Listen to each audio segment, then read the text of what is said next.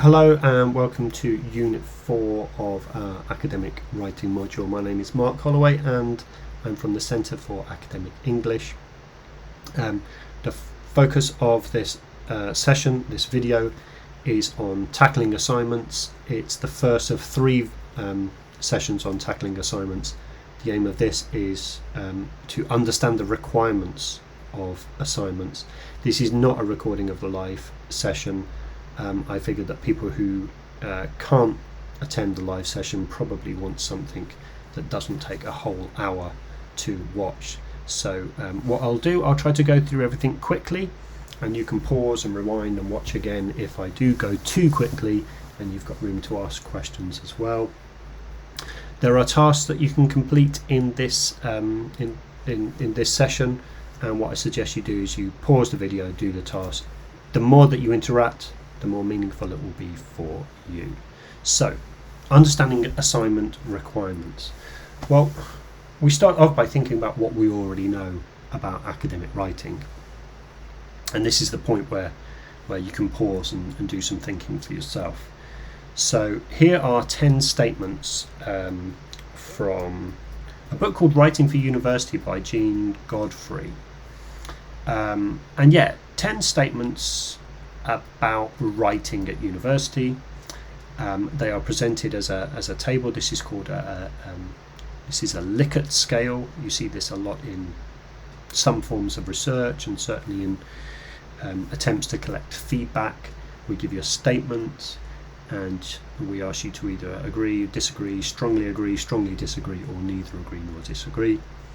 And what you can do if you pause the video is read the statements and decide which ones you agree and disagree with. You just tick the box that's right for you.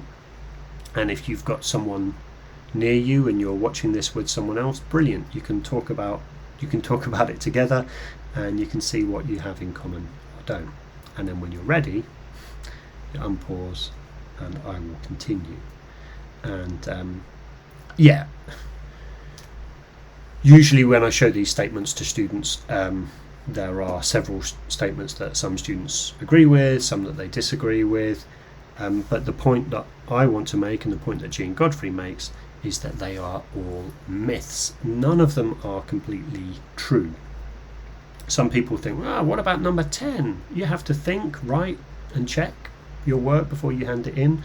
And yeah, that's true, but not necessarily in that order.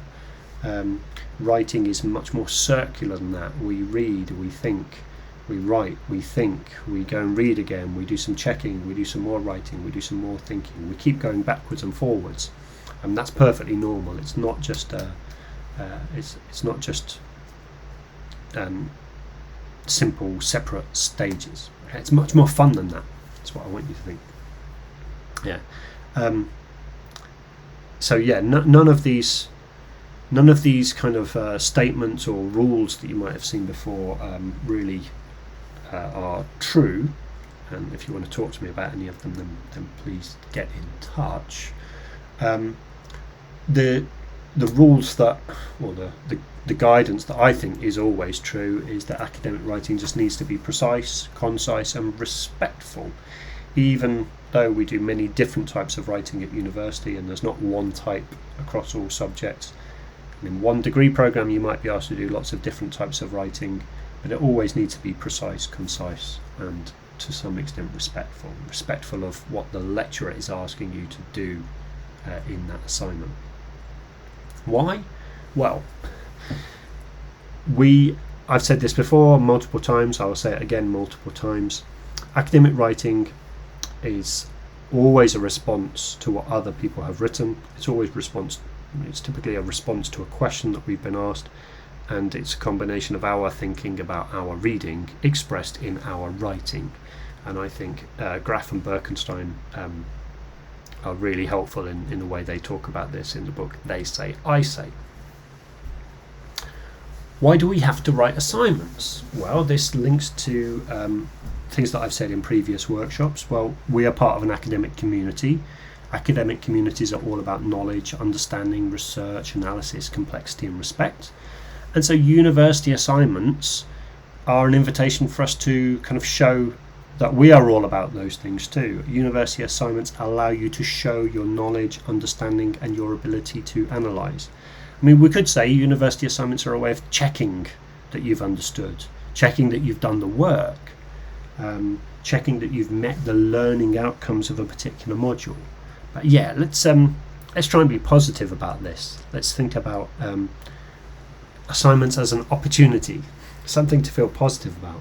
Here is your chance to show what you've understood, what you know, what you can do, and it's also an opportunity to get some feedback on what you produce. You don't know everything yet. You're here to learn, and the feedback you get on the writing you do is the most kind of personalised learning I think that you're going to do while at university.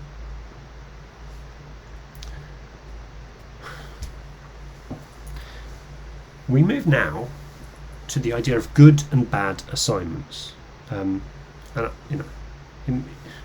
As a lecturer, I don't really talk about, oh, this assignment is good and this one is bad. It's much more interesting and complicated than that. But yeah, it might help for us to think about what's a good assignment, what's a bad assignment. And probably for you, a good assignment is one that gets a good grade, and a bad assignment is one that gets a bad grade. And to help us to explore what makes an assignment good or bad, I've got these statements, again from Jean Godfrey, from Writing for University. And what she has done here is she has gathered together feedback that various lecturers have given on various pieces of work. And she's divided them between feedback on good work and feedback on poor work. So feedback on work that gets grades like above 60 and 70, and feedback on work that doesn't pass, or maybe only barely passes. And I'm sure if you're watching this video, then you aspire to produce good work and to get good grades. And so what I ask you to do is to have a look at this table and to see if you can guess why it has been organised in the way it has been organised. What do the numbers 1, 2, 3, 4, 5, 6 and 7 mean on the left? Now bear in mind, I often ask students this question and I have some great guesses about why it might be organised in this way, but usually no one guesses the way it is organised. Okay, so pause, have a think, but don't be too downhearted if you can't see an obvious reason for this. Okay? But there is a reason there. Okay, I will now tell you. So if you want more thinking time, go back, pause, go back. Okay, the numbers 1, 2, 3, 4, 5, 6, 7 relate to the process of completing an assignment. This is really, really important. We don't just receive an assignment and then just start writing it, or what a lot of us do, wait until the day before the deadline and then start writing. Recognize that good assignment writing is a process, and there are different stages to that process. And if we go wrong at any particular stage, it will affect the quality of the work that we can do. And if we make a mistake at the very first stage, if we don't pay attention to the very first stage, it doesn't matter how well we do the other stuff, it will still result in poor work. And the first stage is about understanding the question.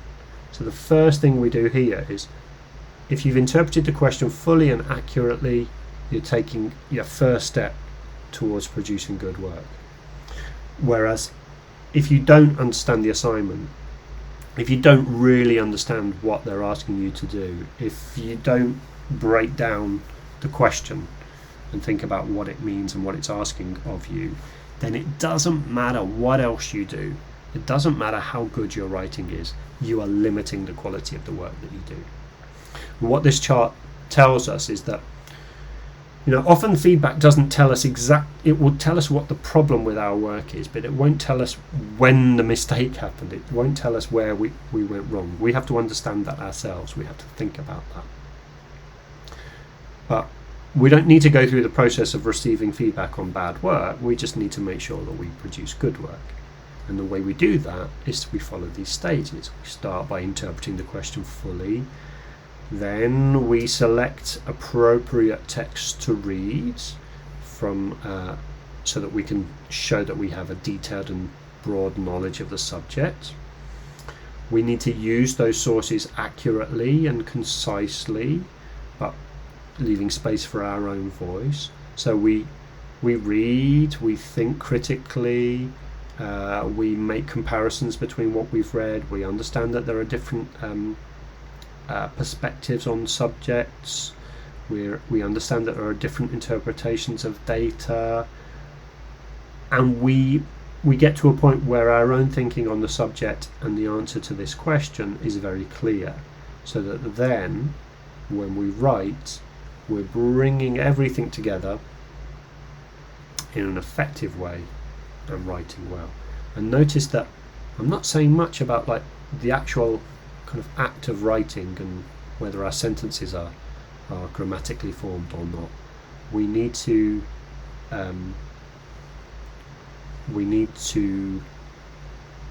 get the basics right. We need to have the reading and thinking in place before we can do any good writing.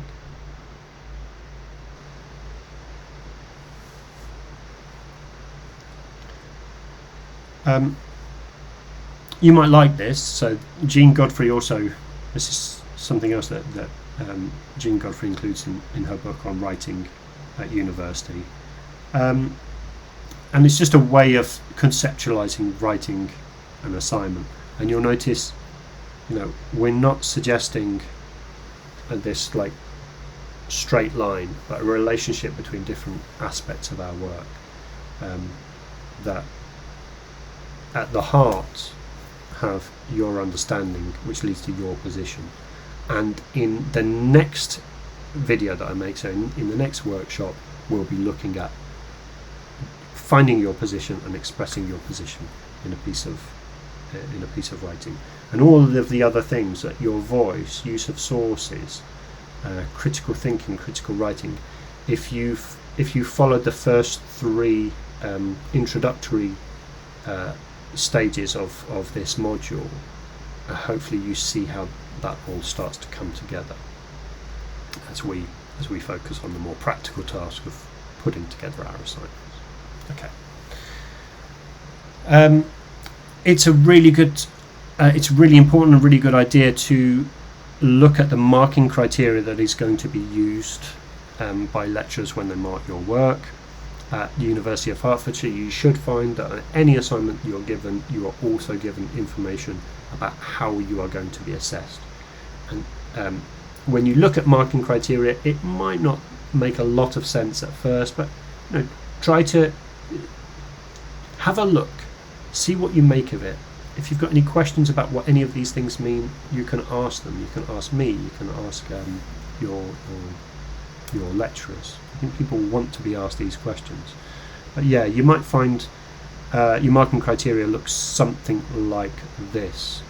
That we have various criteria that we're looking at. That might be knowledge and understanding, use of sources, your analysis, your presentation, communication skills.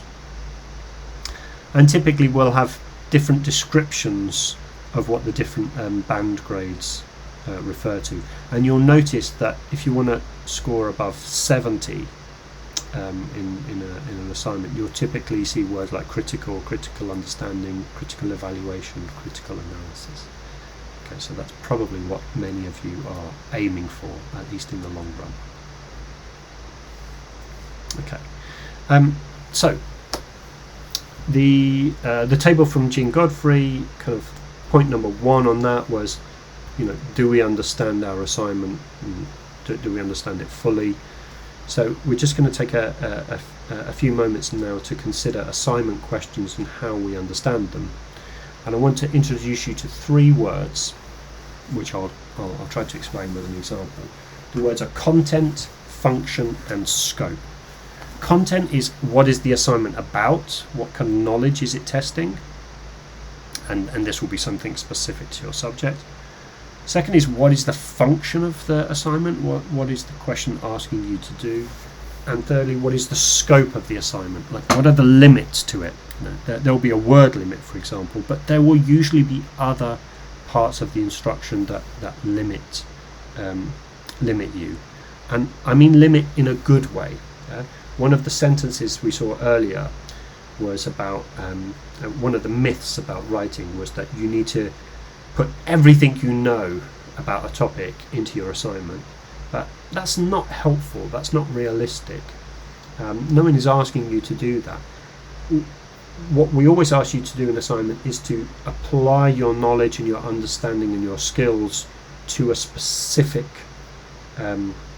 question with a specific focus, and that's the scope. We'll explore that more in a moment. Here's a question that a friend of mine wrote for students. This is a question from the field of international relations. Compare, contrast and evaluate liberal and realist approaches to international relations. Now, I don't really know what liberal and realist approaches are, but it strikes me, I don't need to know anything about international relations to be able to guess that that's the content of this essay. This question is asking them to write an essay about liberal and realist approaches. So they've got to demonstrate their knowledge of what a liberal approach is and what a realist approach is. Okay? International relations is the scope of the essay. Yeah? They don't have to write about domestic politics. They don't have to write about economics. They don't have to write about society. It's specifically about international relations. And compare, contrast and evaluate are the function questions. This is what they need to do, to compare, to contrast and evaluate. And a word of warning here, sometimes an assignment will give you like multiple words for the function.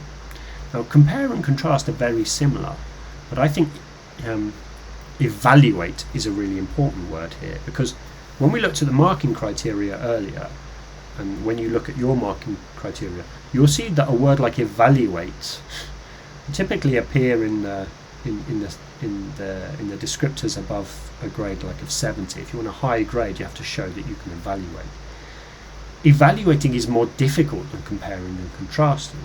Evaluating shows kind of greater analytical skills and will get you higher grades. If all you do is compare and contrast but you forget to evaluate, then your essay will be relatively weak. If you evaluate without comparing and contrasting, well, actually it will be difficult to evaluate something without comparing and contrasting.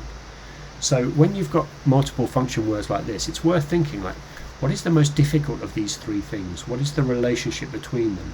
And how can I make sure I prioritize the more challenging and the more important element? Okay? And one way you can do that is, you can join the next two workshops where we'll be talking about position and organisation, and that will allow you to prioritise what you want to prioritise. Okay. Finally, if you want to put that into practice, I've got a task from a book called How to Write Better Essays by Brian Greetham. There are 9 assignment titles, and you can pause the video. You can just choose 2 or 3 that you find interesting or that you think might be from your field, and try to identify for yourself the content, function and scope in each assignment title. They won't all be kind of equally easy, but if you are thinking in these terms, I think it's going to help you. And then obviously what you do next is look at the assignments that you need to complete for your modules and break those down into content, function and scope. Okay, so I'm going to end this video very soon, but if you want to pay more attention to this, you'll need to do some pausing. Very quick feedback on this. In bold right now are the content words in each assignment title. Okay, I'll pause and look. These are the function words.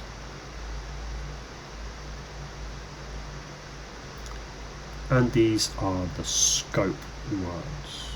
Okay? Not always an obvious scope in these assignments, but I think you'll find that there are clear indicators of scope in the assignments that you do here at UH. Okay, that's all from me. Over to you in terms of how you apply this. You're very welcome to try to break down an assignment that you're doing into content, function and scope. Maybe use color coding to highlight those aspects of your assignment instructions. Send it to me and ask me if I think you've got it right. In the next session we'll be looking at taking a position, which I think is really interesting and really important, and I hope you'll be able to either join the live session or watch the recording. And as usual, if you have any questions, concerns or feedback, you're very welcome to email me, and if you scan this QR code, depending on the date, you may also be able to give feedback via Menti, which would be gratefully appreciated. Even if you can't give feedback via Menti, I'd love to hear from you about ways in which these sessions might be helping you, or ways that they're causing confusion, anything you'd like me to change. Yeah, I need to hear from you in order to do that. Okay, thank you very much, and good luck with your assignments. Bye-bye.